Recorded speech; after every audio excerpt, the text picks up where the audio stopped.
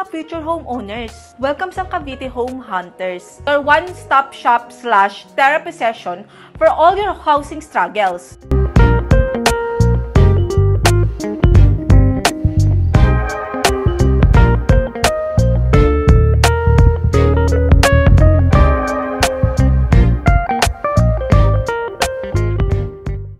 Ako si Roch, nurse by profession, real estate by heart.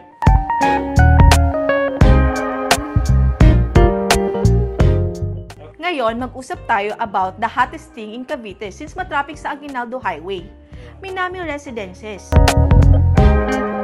But, spoiler alert, this Hana unit is selling faster than your ex moving on.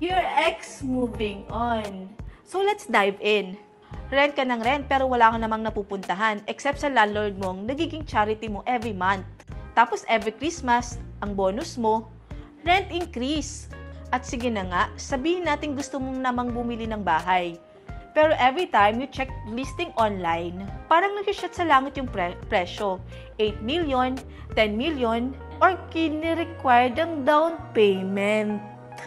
Tapos, ang mga nakikita mong options, 50 square meter, na parang ikaw lang yung magkakasya. O bahay na mas malayo pa sa Cavite, kaysa sa reunion nyo ng high school tropa. Stress! Meanwhile, habang stress ka sa paghahanap, yung kapitbahay mo na una nang bumili sa Cavite, living their best life, meron ng sariling bahay, may garahe pa for their motorcycle na ginagamit pang pakyut. Ikaw, nakikirian ka pa rin sa landlady mong may CCTV sa hallway. And don't get me started sa mga house tours mo.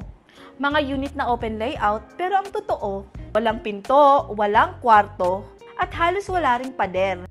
At ito ang malala, yung perfect na bahay mo, naunahan ka na. Again, kasi ang bilis na ubos, kaya ikaw, nagmumukhang last pick ka sa PE. Okay, breathe, relax. Stop panic buying sa online shopping apps. Here's the tea. Minami Residences in Cavite has the sexy little number called the Hana unit. Price tag, 4 million lang besh. That's right. Parang Starbucks budget ng buong pamilya mo. Pero imbis sa coffee, bahay ang uwi mo.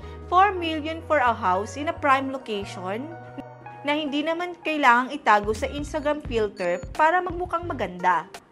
Gated community? Check. Proximity sa malls, schools, and grocery?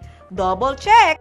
Parking space for that car you don't have yet but totally deserve? Triple check. Oh, and did I mention it's by Pro Friends? Alam mo na, yung developers na may tagline na parang relationship goals mo. Building homes, fulfilling dreams. Gusto mo pa ba ng iba?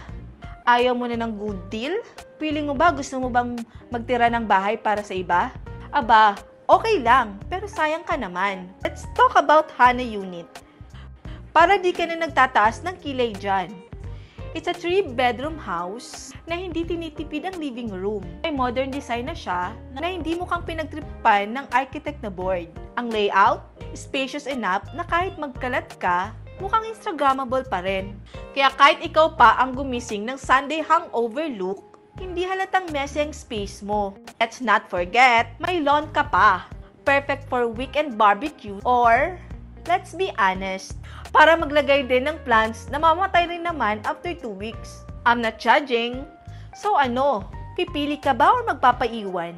These Hana units are selling fast. As in, mas mabilis pa kaysa sa libreng wifi sa kapitbahay mo. Kaya kung ayaw mong maging that person na naghahanap pa rin ng bahay next year, habang lahat ng kaibigan mo ay may housewarming party na, tumakbo ka sa Minami Residences. Call now, text now, email your crush later. Don't wait for another sold out sign. Kasi kung mauunahan ka pa ulit, aba, baka magpaalam ka na rin sa pangarap mo. I mean, come on, you deserve a home that as fabulous as you. Kaya mga ka-home hunters, this is your sign. No more excuses, no more what ifs, and definitely no more renting that same sad space na hindi mo naman namamana sa landlord mo. Minami Residences is calling. Ang tanong na lang ay sasagot ka ba? This has been Roch, nurse by profession, real estate by heart. See you sa Cavite, or better yet, see you sa housewarming mo. Bye!